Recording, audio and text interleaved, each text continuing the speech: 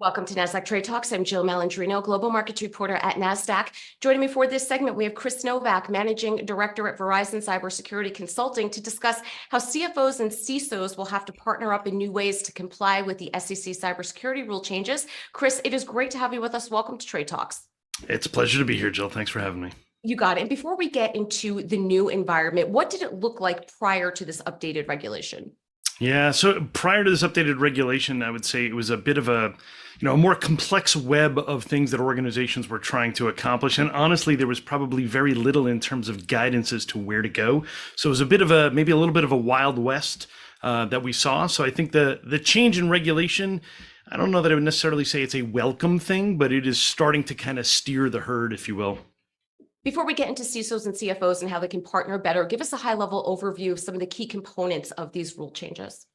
Yeah, so some of the key components are around the disclosure. A lot of organizations are struggling to understand what that means, especially for an area like cybersecurity that historically has maybe not had as big of a role in the boardroom kind of conversations and actually getting into some of the more regulated areas. It really depends on the industry the organization's in and the way that they're really looking at it. How do you see the Chief Information Security Officer and the CFO and the finance function? How do you see them best partnering to ensure compliance?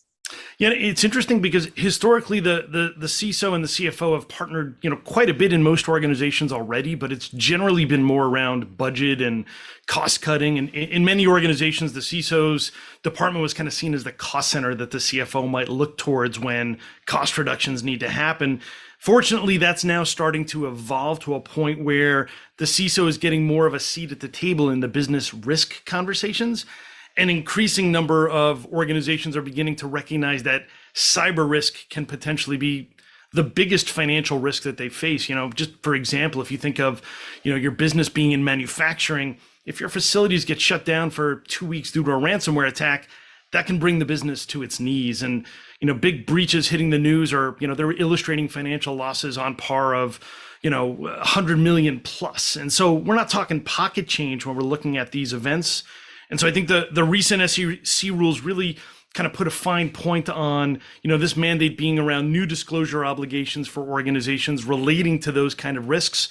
And they're doing that because they too see that investors need to have some understanding of an organization's cyber risk posture. And to your point, if you look at the composure of boards, you're starting to see more cyber professionals get seats on the board as well. So let's talk about timelines for a moment here. What do you think they may look like in determining a material event and the process to estimate cost degrees, and not even just the cost alone, but what if you can't function in other areas of your business because of a cyber breach?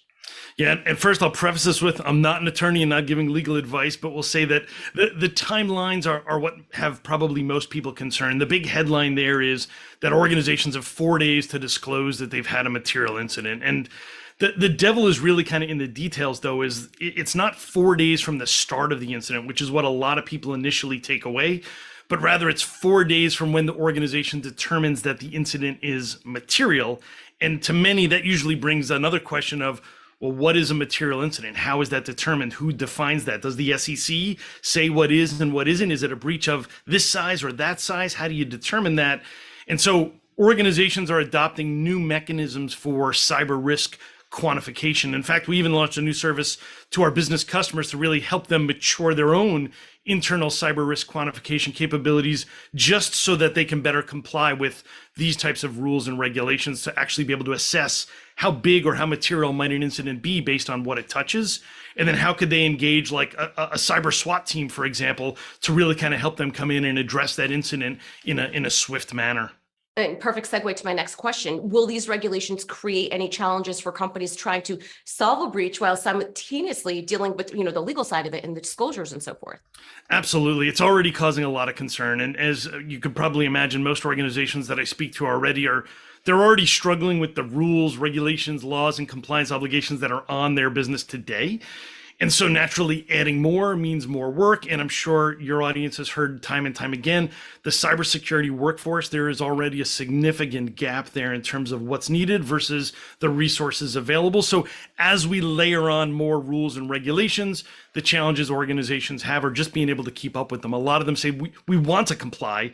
We just don't necessarily have the tools, the technology, or the people power to really make that a reality. So I think that's where we're going to see the struggle for the near term. And Chris, from your eagle eye seat, right? I mean, you're working with numbers of companies from small businesses to Fortune 500 companies. Are they getting better at either mitigating or anticipating cyber attacks? Of course, we only hear, about the breaches on the news and so forth, but you almost don't want to hear about the good things that happen day to day. Are we getting better at being predictive and being proactive when it comes to cybersecurity? So I think that's one positive I'll say is that we are getting better. My team every year does a huge retrospective on what we see happening in the breach and the cybersecurity trend landscape. And we are seeing things improve. They're slow, but they're improving. So it gives me hope we're going to get better if we keep investing and we keep doing the right things. But it takes time. And also we see a lot of things where it ties back to things like the human element. So it's not always just about, do you have the right tools and technology? It's also about what are we doing to educate the people that are involved and that have keys to the kingdom, if you will. All right, Chris, we appreciate the insight. Thanks for joining us on Trade Talks. I'm Jill Malandrino, Global Markets Reporter at Nasdaq.